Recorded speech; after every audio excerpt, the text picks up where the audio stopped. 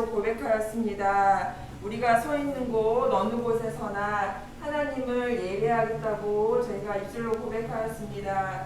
저희의 한 고백을 하나님께서 받아주시고 우리 초등부 친구들이 비록 교회에 나와 있거나 나오지 않아 있거나 어느 곳에 있거나 모두가 그 자리에서 예배할 수 있는 초등부 친구들이 될 수 있도록 인도하여 주시옵소서. 특별히 이 시간 말씀을 들을 때에도 집중하게 하시고 하나님만 높여드리는 시간 되게 하여 주시옵소서. 예수님의 이름으로 기도드렸습니다. 아멘. 자, 우리 찬양 후에 하나님께 박수, 하나님께 영광의 박수를 드립니다. 자, 이 친구들이 매일매일 삶 속에서 하나님을 찬양할 수 있는 친구들이 됐으면 좋겠어요. 알겠죠?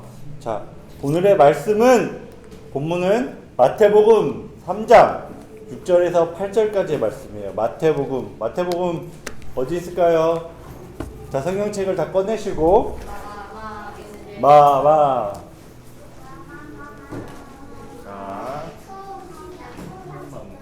마라고 써 있습니다.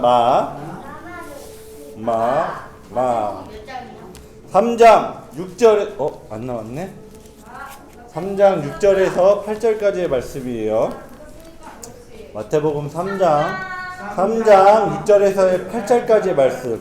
짧으니까 우리가 함께 읽도록 할게요. 알았죠? 3장 6절에서 8절까지예요. 자, 준비. 자, 우리 큰 목소리로 같이 읽어봅시다. 시작. 자신이 지은 죄를 고백하고 요단강에서 요한에게 침례를 받았습니다. 수많은 바리새파 사람들과 사두개파 사람들이 침례를 받으러 왔습니다. 요한은 그들을 보고 이렇게 말했습니다. 독사의 자식들아, 누가 너희에게 다가올 하나님의 벌을 피하라고 일러 주었느냐. 자, 8절 시작.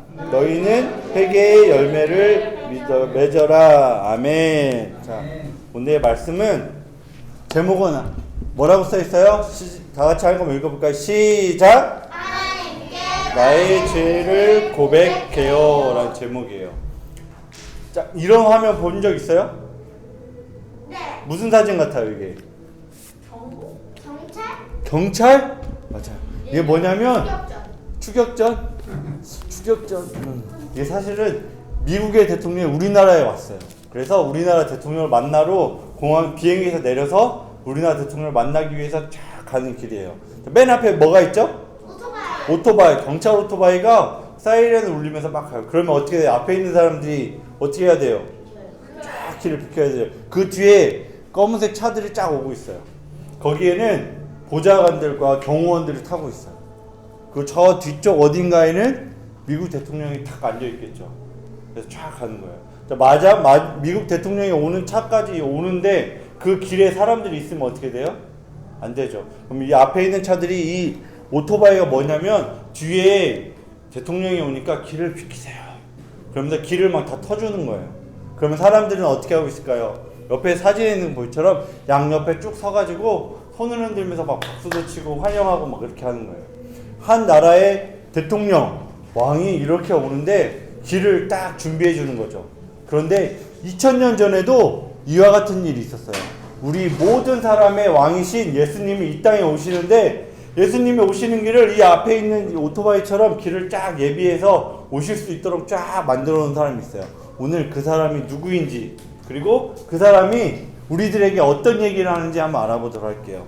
자, 그 사람의 이름은 오늘 우리가 읽은 것처럼 침례 요한이라는 사람이에요. 누구라고요? 침례 요한. 근데 침례 요한은 좀에 대해서 전사님 얘기를 해줄게요. 예수님의 친척이었어요. 왜냐면 침례 요한의 어머니와 예수님의 어머니가 친척 관계. 그래서 친척이었어요. 그리고 또 하나는 좀 특이한 사람이었어요. 왜냐면 무슨 옷을 입었냐면 낙타 털 옷을 입고 있고 가죽으로 허리를 딱 동여매고 광야에서 살면서 무엇을 먹었을까요? 메뚜기하고 꿀을 먹으면서 살았대요. 좀 독특하죠. 복장부터 독특하고. 근데 이 사람이 외친 말이 있어요.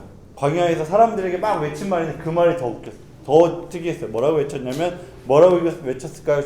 우리 한번 같이 읽어볼까요? 시작. 회개하시오. 하늘나라가 가까이 왔습니다. 무엇을 하라고 그랬다고요? 회개를 하라고 그랬어. 그리고 무엇이 가까이 왔다고요? 아, 하늘나라가 왔는데 왜 우리가 회개해야 될까요? 여러분, 회개가 뭐죠? 죄를 뉘우치는 거 맞아요. 죄를 뉘우치는 것. 그런데 전도사님 회개를 이렇게 얘기했어요. 회개는 내 마음대로 내가 주인이 돼서 살아가는 죄에서 돌아서서 하나님이 나의 주인이십니다 라고 고백을 하고 하나님의 말씀에 따라 살겠다고 고백하는 그런 다짐하는 것을 회개라고 얘기해요. 회개는 뭐라고요? 내 마음대로 살아가는 죄에서 돌아서서 하나님이 나의 주인이십니다 라고 고백을 하고 하나님의 말씀에 따라 잘 살겠습니다 라고 다짐하는 것을 회개라고 하는 거죠. 그러니까 침례 요한이 이렇게 외쳤어요. 이런 회개를 여러분들이 해야 됩니다. 여러분들이 해야 됩니다. 하나님 나라에 가려면 이 회개를 해야 됩니다 라고 외쳤는데 이 얘기를 듣고 사람들이 어떻게 했을까요? 그래 너는 외쳐라 나는 듣겠다 이러고 모른 척하고 있었을까요? 아니죠. 그럼 어떻게 했을까요? 주한은 어떻게 했을 것 같아요? 회개하라 하늘나라 가까이 왔다 그러면 어떻게 했을까? 정신 말 그렇게 생각하는 게 있어요. 그런데 놀라운 일은 쫙 많은 사람들이 막 모여들기 시작했어요. 어떤 사람은 예루살렘에서, 어떤 사람은 유대에서, 그리고 요단강에서 침례를 줬는데 요단강 근처에 사는 사람들이 와가지고 나이가 이런 죄를 지었습니다. 하나님을 모르고 사는 죄를 지었습니다. 앞으로는 하나님 말씀에 따라 잘 살겠습니다. 라고 고백하면서 회개의 침례를 요한에게 어떻게 해요? 짠 받기 시작을 했어요. 그래서 요한이 사람들에게 이런 회개의 침례를 줬기 때문에 우리는 요한을 침례 요한이라고 부르고 있는 거예요. 지난주에 우리가 요한 1서 말씀을 읽었죠. 네.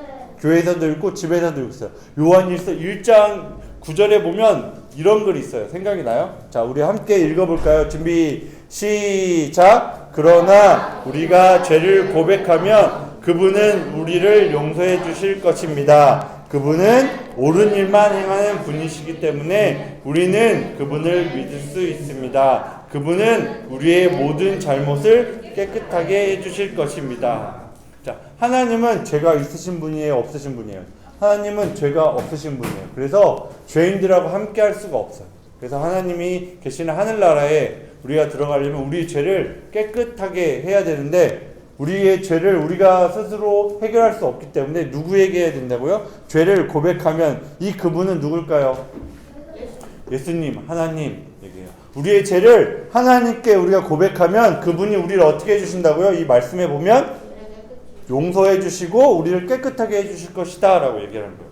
우리가 이렇게 나의 죄를 하나님께 고백하면 하나님이 우리의 죄를 깨끗하게 해주신다는 것을 성경의 말씀에서 분명하게 우리에게 얘기해주고 있어요.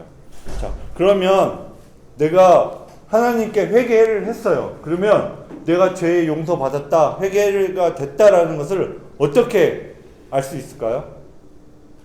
어떻게 알 수 있을까요? 침례 요한에게 이것을 똑같이 물어본 사람이 있어요. 사람들이 와서 좋습니다. 내가 하나님께 죄를 고백하고 회개를 침례를 받았습니다. 그러면 우리가 앞으로 어떻게 해야 될까요? 라고 했을 때 침례 요한이 이렇게 얘기를 했어요. 자, 옷이 두 벌이 있는 사람은 하나도 없는 사람에게 내 옷을 어떻게 하라고요? 나누어 주고 먹을 것이 없는 사람에게도 어떻게 하라고요?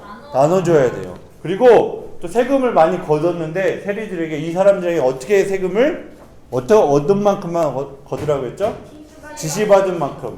왜냐면 이때의 사람들은 세금을 이만큼만 거둬라, 10,000원만 거둬라 했는데 20,000원을 걷어서 10,000원은 나라에 되고 10,000원은 내가 갖고 이런 사람들이 너무 많다. 그러니까 그렇게 하지 말고 딱 정해진 것만큼만 거둬라. 그리고 군인들에게 이렇게 얘기를 했어요. 뭐라고 해요? 강제로 돈을 뺏지 말라.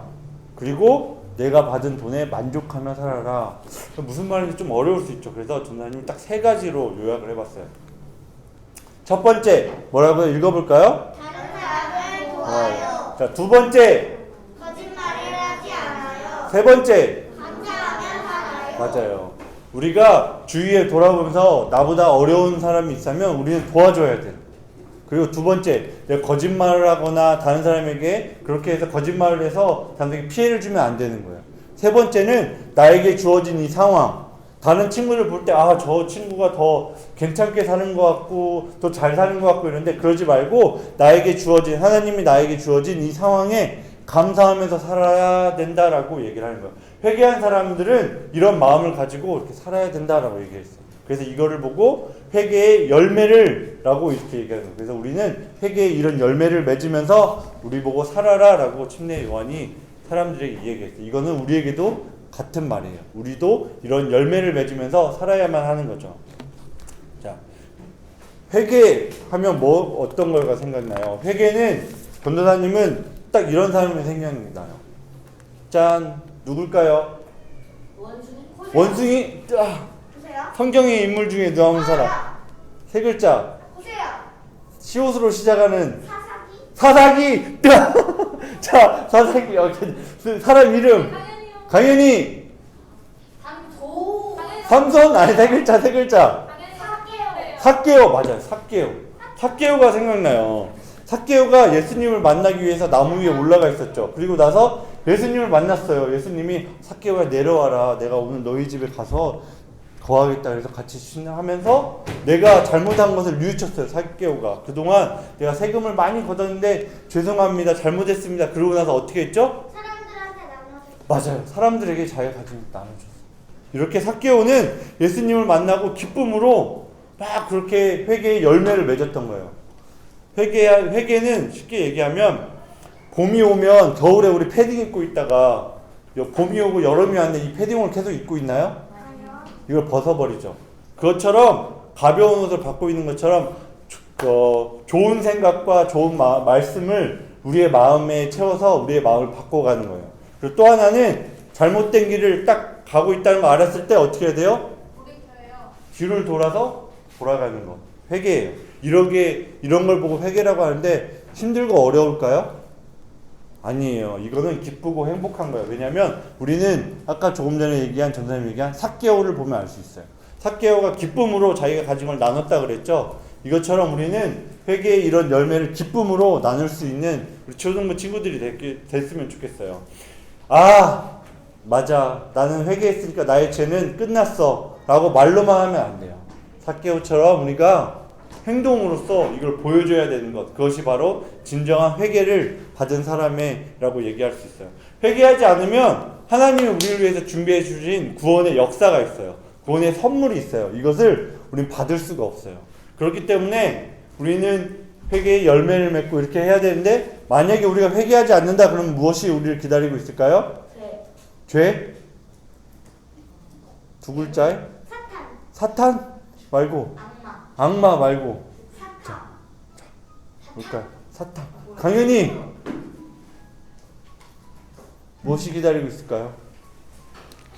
우리에게는 심판이 기다리고 있으면서 우리를 영원한 지옥에서 죽음에서 우리를 깨어날 수 없는 거예요. 그것처럼 우리가 그런 곳에 가지 않도록 영원히 하나님과 살기 위해서 우리는 회개를 하고 또 그리고 나서 무엇을 맺어야 된다 그랬죠? 회개의 열매를 맺어야 된다. 우리 오늘 회개의 열매 3가지를 한번 우리 같이 다시 한번 외쳐보고 설교를 마치도록 할게요. 자, 준비. 처음 시작. 사람을 도와요. 두 번째 시작. 세 번째 감사하며 살아요. 우리 모든 친구들이 우리의 죄를 하나님께 고백하고 회개하고 이런 회개의 열매를 맺는 우리 친구들이 되기를 전사님 기도할게요.